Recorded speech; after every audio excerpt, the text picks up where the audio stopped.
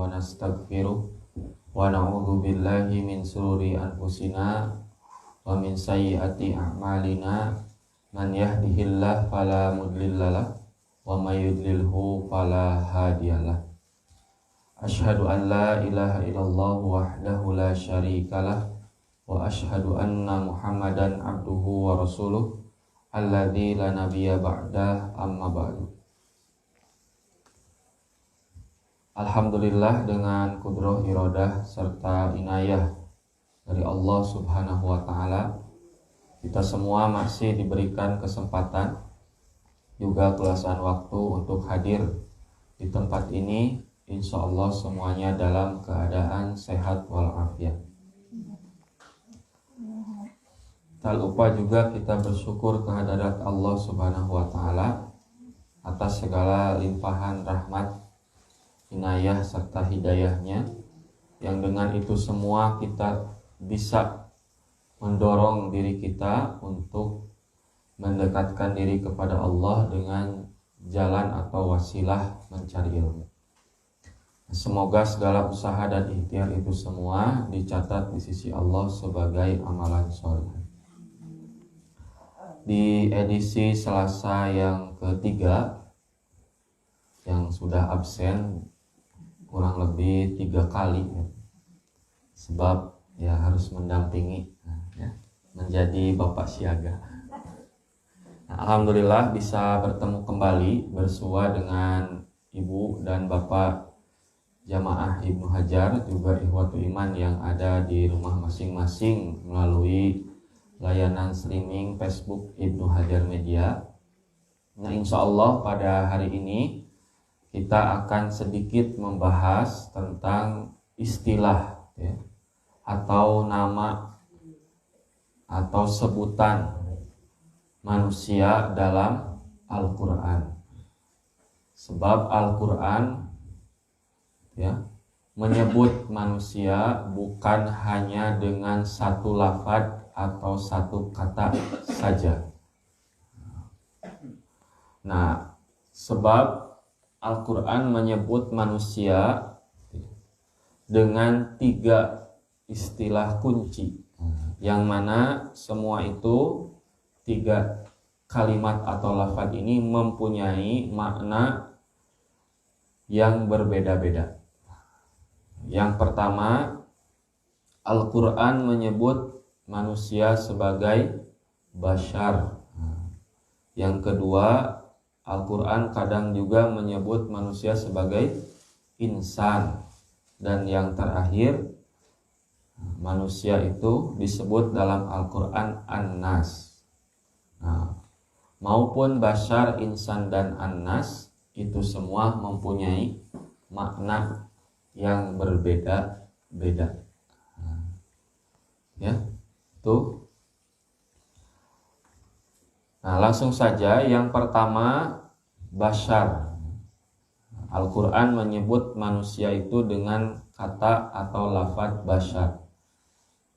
Nah, kata bashar secara bahasa memiliki makna al-jildu, artinya kulit secara bahasa. Baik kulit manusia, pohon, buah-buahan maupun kulit binatang. Bisa juga berarti kulit luar atau kulit yang di sana tumbuh bulu. Nah, itu arti dari bashar secara bahasa.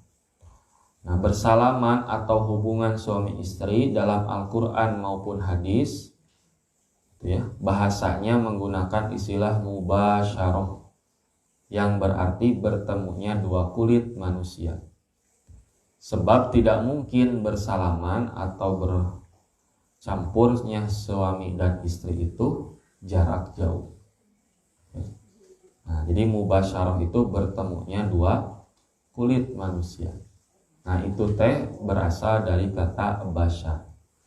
Nah, lafaz bashar ini dalam Al-Quran 35 kali dikaitkan dengan manusia dan 25 kali dihubungkan dengan nabi atau rasul. Nah, kata bashar dalam Al-Quran ya, mengandung makna memandang manusia sebagai makhluk biologis, yaitu makhluk yang Allah ciptakan dari sisi aspek fisik, seperti firman Allah dalam surah Yusuf ayat 31. A'udzu billahi minasyaitonir rajim. Falamma ra'ainahu, maka tatkala wanita-wanita itu melihatnya. Wanita-wanita yang diundang oleh Zulaiha melihatnya, melihat Nabi Yusuf. Akbarnahu, mereka kagum kepadanya. Wa qata'na aydiyahunna, dan mereka melukai jari tangannya. Di sini menggunakan qata'a, memotong, tapi diartikan oleh terjemah Depak melukai.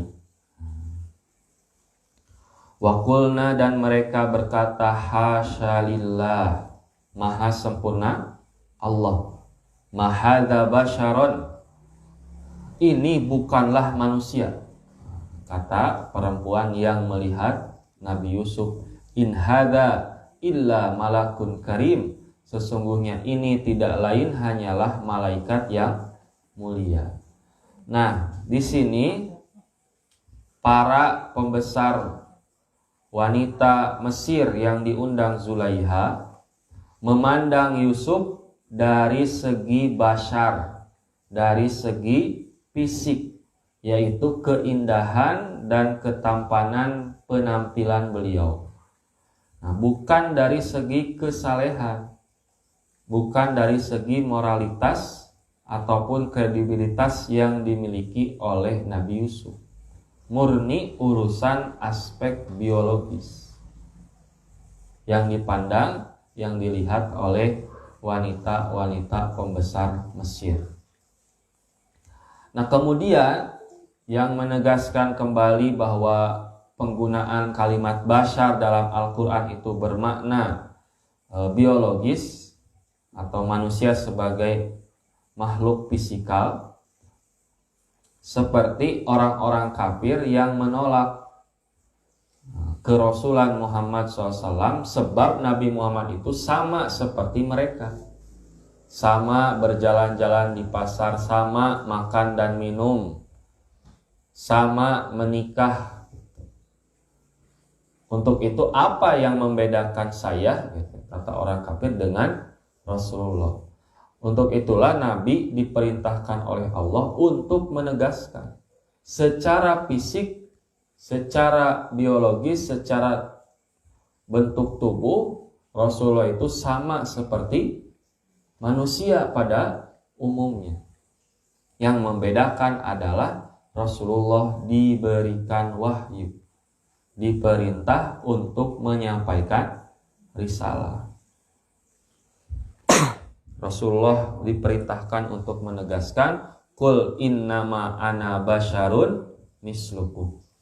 Katakanlah Muhammad kepada mereka bahwa ana basyarun mislukum, aku ini manusia biasa. Basyar, yuha ilayya, tetapi hanya saja aku diberi wahyu. Artinya Nabi pun sama, tidur, makan. Nah, makanya Nabi tidak menghilangkan unsur-unsur kemanusiaan dalam diri beliau. Tidak senantiasa ibadah selamanya. Nabi pun tidak selamanya saum, tidak selamanya sholat. Nah, Nabi menegaskan, ana asumu wa uktiru, aku saum dan aku pun berbuka. Anamu wa arkudu, aku tidur dan aku pun bangun. Wa atazawwajun nisa, dan aku pun menikahi perempuan. Ya, nah itu konsep basyar dalam Al-Quran yang semuanya menunjukkan bahwa penggunaan kalimat bashar senantiasa dihubungkan dengan ketubuhan atau biologis, yaitu manusia adalah makhluk yang mengalami pertumbuhan dan perkembangan jasmani dan melakukan hal-hal yang dilakukan manusia pada umumnya. Ya, bisa dipahami. Kita lanjut yang kedua. Yang kedua, Al-Quran menyebut insan atau al-insan sebanyak 65 kali. Nah, dari aspek bahasa, al-insan berasal dari kata anasa yang bermakna melihat, mengetahui, minta izin, atau lupa. Nah, hampir semua ayat yang menyebut manusia dengan kata insan, konteksnya selalu menampilkan manusia sebagai makhluk istimewa. Secara apa? Secara moral maupun spiritual. Sebab kalau dari sisi basar, dari sisi fisik, manusia itu kalah jauh dari makhluk lain. Contoh dari binatang ya Pak. Kalau adu cepat, manusia kalah dengan citah. Kalau dari segi besar, kalah dengan sapi. Agak gitu. Kalau dari segi penciuman, gitu ya, kalah oleh dogi ya Bu. Eleh corona. Dari segi penglihatan, kalah sama kucing. Nah, kalau dari segi basyariah, tapi manusia memiliki keistimewaan yang oleh Al-Quran disebut al-insan karena memiliki keistimewaan dari segi moral dan spiritual yang keistimewaan ini tidak dimiliki oleh makhluk lain. Dan sebaliknya, Al-Quran pun menyebut al-insan dikaitkan dengan kecenderungan manusia dalam melakukan kejahatan yang tidak dilakukan oleh makhluk lain. Nah, nanti ada ya. Yang ketiga, al-insan dikaitkan dengan proses penciptaan manusia. Jadi ada 3 gerbong. Yang pertama, penggunaan al-insan yang menunjukkan bahwa manusia itu makhluk istimewa. Nah, kategori pertama menunjukkan bahwa manusia itu sebagai makhluk unggulan. Bahkan dikatakan sebagai puncak tertinggi penciptaan Allah Subhanahu wa ta'ala yang menjadikan manusia itu berbeda dari makhluk lainnya. Nah, keistimewaan itu dapat dijelaskan sebagai berikut. Yang pertama, Al-Quran memandang manusia sebagai ahsani takwim, yaitu makhluk unggulan yang berkualitas dan sebaik-baik penciptaan. Laqad khalaqnal insana fi ahsani takwim. Sesungguhnya kami telah menciptakan manusia dalam bentuk yang sebaik-baiknya. Itu ahsani takwim. Yang kedua, manusia itu satu-satunya makhluk yang diberi tanggung jawab mengemban amanah Allah untuk mengelola bumi dengan sebaik-baiknya. Ya.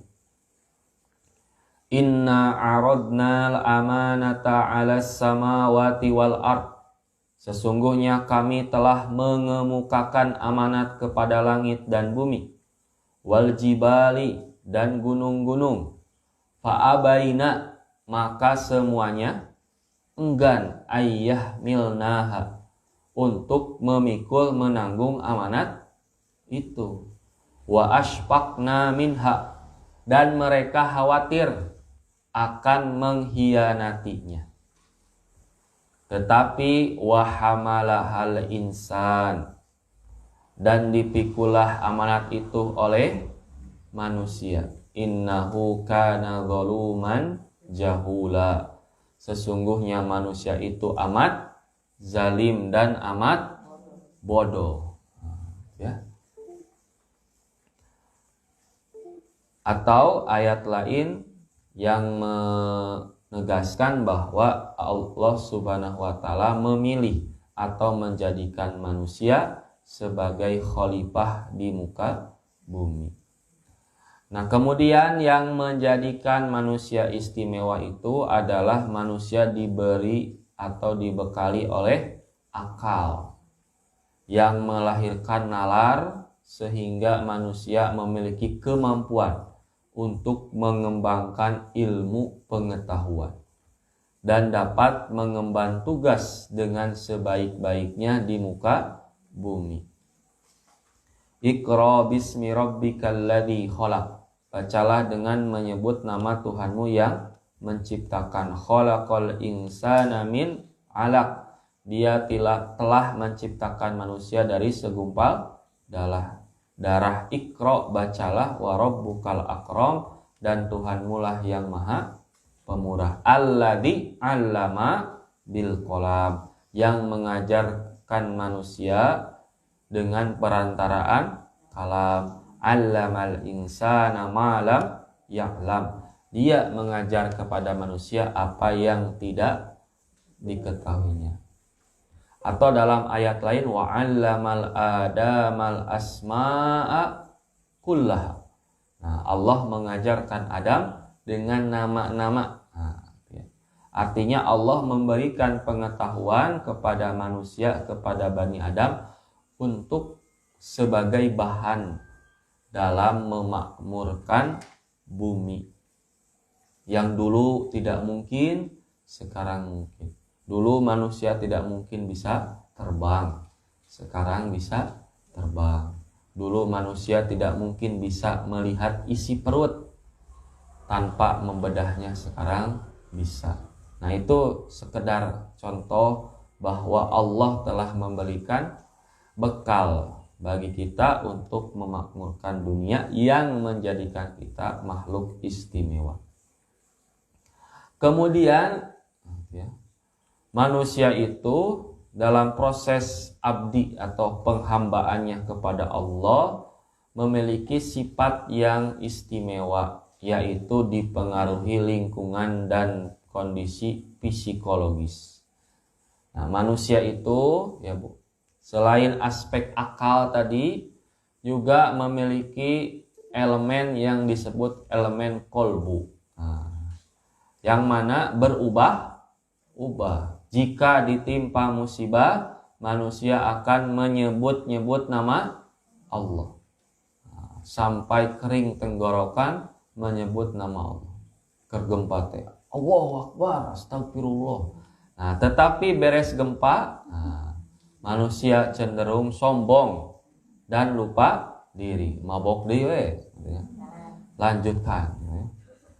Wa idza masal insanal durra sanad duro, dan apabila manusia ditimpa bahaya, da'ana lijanbihi, mereka atau dia berdoa kepada kami dalam keadaan berbaring.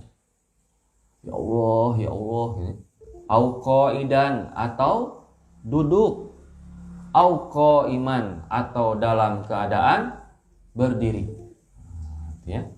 Terus menyebut nama Allah. Falamma kasyafna anhu durrahu, tetapi setelah kami hilangkan bahaya itu daripadanya, marra ka'allam yad'una ila durrin massahu kadzalik massahu, seolah-olah dia tidak pernah berdoa kepada kami untuk menghilangkan bahaya massahu yang telah menimpanya. Kadzalika zuyyina lil musrifina makanu ya'malun. Begitulah orang-orang yang melampaui batas itu memandang baik apa yang selalu mereka kerjakan. Ketika tidak punya pekerjaan, meminta kepada Allah bangun di sepertiga malam, sudah punya pekerjaan, sudah punya penghasilan. Pertama sholat subuh kesiangan, Dua sholat zuhur kaasarnakeun, sholat asar kasarean ya Bu, sholat maghrib kamerkaan, sholat isya kajongjonan, nonton Ikatan Cinta. Ini ya, bahaya. Nah, jangan sampai seperti itu. Nah, itu teh kondisi manusia gitu. Jadi ada elemen akal gitu, yang menjadikannya istimewa. Juga ada elemen kolbu gitu ya. Nah, itu dari aspek manusia atau al-insan sebagai atau dipandang makhluk istimewa. Nah, dalam Al-Quran pula yang kedua, al-insan dikaitkan dengan kecenderungan manusia dalam melakukan kejahatan. Jadi di sisi lain manusia itu istimewa, tapi di sisi lain itu manusia itu cenderung melakukan kejahatan.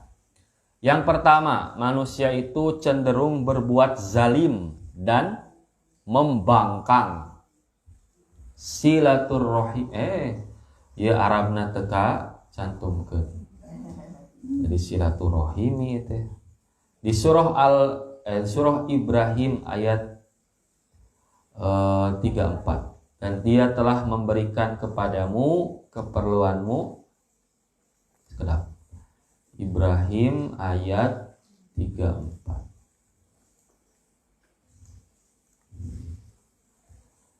Wa atakum min kulli sa'altumuh,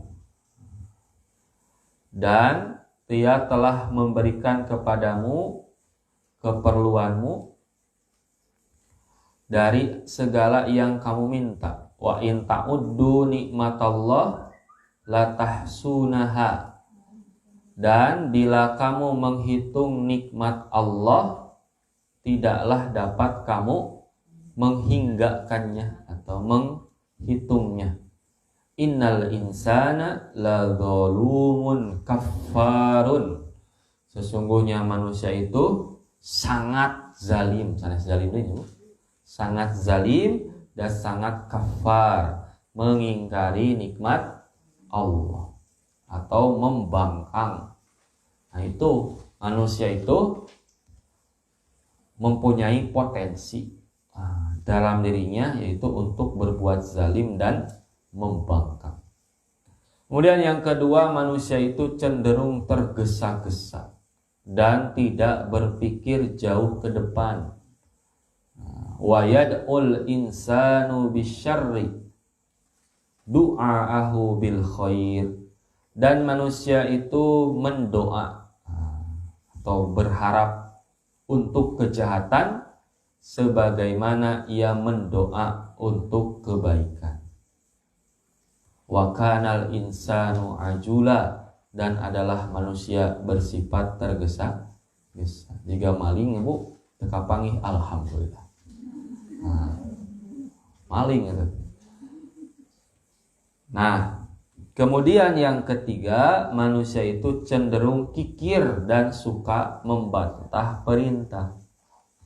Qul lau antum tamlikuna khazaina rahmati rabbi, katakanlah kalau seandainya kamu menguasai perbendaharaan rahmat Tuhanku, izan niscaya la amsaktum khasyatal infaq, niscaya pembendaharaan itu kamu tahan.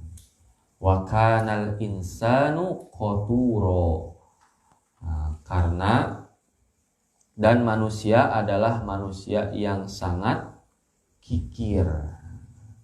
Jadi kalau diberikan oleh Allah berupa kenikmatan, pasti akan ditahan karena takut baik oleh dirinya komodi pasihkeun ka nusana. Karena manusia itu cenderung qaturo, kikir. Cap jahe merek hese buntut kasiran, icuk colek. Ya.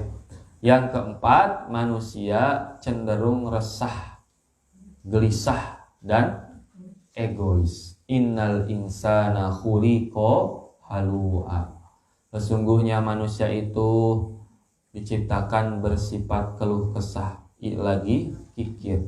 Idza massahu syarru jazua, apabila ia ditimpa kesusahan ia berkeluh kesah. Wa idza massahul khairu manu'a, dan apabila ia mendapat kebaikan ia amat kikir. Ya. Pas beunghar teh ngadap peditnya, Bu.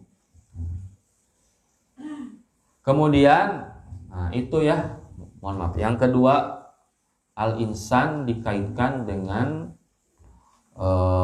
predisposisi atau kecenderungan manusia berbuat kejahatan atau melakukan hal-hal yang negatif. Nah, kemudian yang ketiga atau yang terakhir, al-insan dikaitkan dengan proses penciptaan manusia. Nah, proses penciptaan manusia dinisbahkan pada konsep al-insan dan al-bashar sekaligus. Di al-bashar dari segi fisiknya apa? Al-insan dari sisi kolbu dan akal atau dari sisi ruhiyah. Sebagaimana Allah Subhanahu wa taala menyebutkan al-insan diciptakan dari tanah liat atau saripati tanah. Sebagaimana firman Allah, walaqad khalaqnal insana, dan sesungguhnya kami telah menciptakan manusia atau Nabi Adam min solsolin, dari tanah liat yang kering, min hamma'in masnun, yang berasal dari lumpur hitam, masnun yang diberi bentuk. Ya, itu mah kalau melihat manusia dari aspek penciptaan. Kemudian al-bashar pun sama. Allah Subhanahu wa taala menegaskan bahwa manusia itu berasal dari tanah liat kering yang berasal dari lumpur hitam yang diberi bentuk. Wa idz qala rabbuka lil malaikah, dan ingatlah ketika Tuhanmu berfirman kepada para malaikat, inni khaliqun basyaron, sesungguhnya aku akan menciptakan seorang manusia, min solsolin, dari tanah liat kering, min hammain, yang berasal dari lumpur hitam. Lumpurnya hitam, masnun, yang diberi bentuk. Jadi dari segi pembentukan atau penciptaannya, baik al-insan ataupun bashar tentu tidak dibedakan. Tetapi kemudian Allah menyempurnakan kejadiannya atau penciptaannya dengan ditiupkannya ruh oleh Allah ke dalam tubuh manusia. Fa'ida syawaituhu, maka apabila aku telah menyempurnakan kejadiannya, wa nafakhtu fihi min ruhi, dan telah meniupkan ke dalamnya ruh ciptaanku, faqa'u lahu sajidin, maka tunduklah kamu kepadanya, sajidin, dengan bersujud. Ini maksudnya kepada para malaikat. Nah, jadi al-insan dalam proses penciptaannya menggabungkan dua unsur yang saling bertentangan, yaitu ada aspek biologis yang digambarkan dengan atau diwakili oleh lumpur yang hitam, yang hina, ya Bu. Kemudian aspek ruhiyah atau spiritual yang Allah gambarkan atau wakilkan dengan ruh Allah. Nah, aspek material dan spiritual ini yang menjadikan manusia itu cenderung menarik manusia ke dua kondisi. Bisa manusia itu menuju ke arah kerendahan, sifat kebidatangan, kenistaan, gitu ya. Disebabkan manusia hanya mengurus, ngegugulung gitu ya, aspek basyariahnya saja. Sedangkan sebaliknya, manakala manusia itu memperhatikan aspek rohani, aspek spiritual, maka ia akan menaik ke puncak yang sangat tinggi sesuai dengan fitrah Allah Subhanahu wa ta'ala. Makanya istilahnya manusia itu akan hina sehina-hinanya, kal an'am balhum adol, bahkan lebih hina daripada daripada hewan, lebih sesat daripada hewan. Hewan mah mau sampe teh daunna, jelema mah nya daunna nya tangkalna nya sampeuna nya pagerna nya jelemana mun aya dicacag gitu ya. Itu manusia. Sebaliknya ketika manusia memperhatikan aspek ruhnya, aspek kenapa ia diciptakan, kenapa ia menjadi manusia atau hadir di manusia, maka ia akan meraih puncak tertinggi yang lebih mulia dan lebih terhormat daripada para malaikat. Nah itu ya. Nah itulah Bu, bersambung ya, insyaallah disambung atau dilanjutkan dengan konsep manusia yang ketiga, yaitu An-Nas, yang akan dibahas insyaallah di Selasa pertama di bulan Februari yang akan datang. Semoga semuanya dalam keadaan sehat walafiat.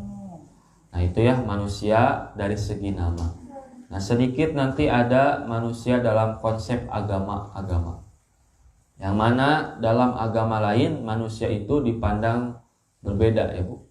Contoh seperti Nasrani, manusia itu dipandang sebagai makhluk yang membawa dosa, original sin.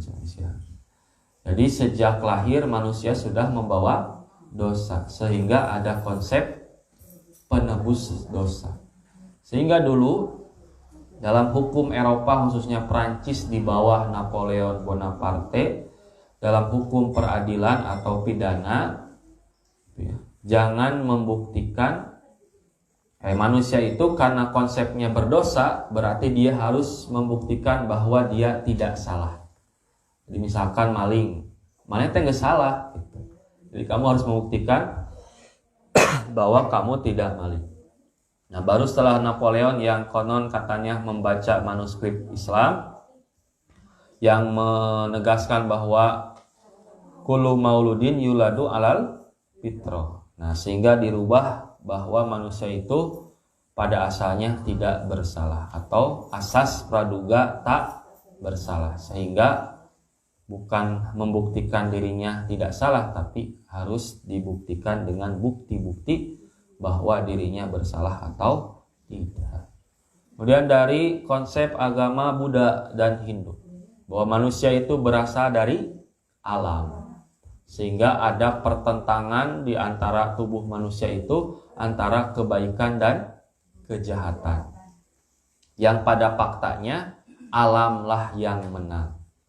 Sehingga tidak aneh ya Bu, kalau candi atau pura itu letaknya di hutan-hutan, bukan di bundaran HI, bukan di kota, sebab harus dekat dengan alam. Makanya untuk menuju puncak nirwana harus tinggal di alam, tapak di gua-gua, hingga hanya memakai 2 lembar kain dan meninggalkan segala kenikmatan dunia. Nah, sedangkan manusia dalam konsep agama Islam, yang pertama kullu mauludin yuladu alal fitrah. Manusia itu lahir dengan fitrah, tanpa membawa dosa, tanpa membawa celak dari orang tuanya. Nah, nantinya ke depannya juga manusia dalam agama Islam itu disyariatkan atau dihukumkan dengan yang sesuai fitrahnya. Boleh makan, minum, kemudian menikah dan lain sebagainya. Nah, insyaallah di pertemuan selanjutnya kita bahas lagi mengenai konsep manusia yang diawali dengan nama manusia dalam Al-Quran. Kemudian juga nanti berlanjut kepada tugas manusia di muka bumi atau dalam penciptaannya. Nah, mungkin itu saja yang bisa disampaikan, kurang lebihnya mohon maaf dan terima kasih atas perhatiannya, baik ikhwatu iman yang hadir di sini maupun yang menyaksikan dari rumah masing-masing. Semoga hari ini lebih baik dari hari yang sebelumnya, dan semoga Allah masih memberikan kepada kita kesempatan untuk bertaubat. Aqulu qouli hadza wa astaghfirullahi wa lakum. Wassalamualaikum warahmatullahi wabarakatuh.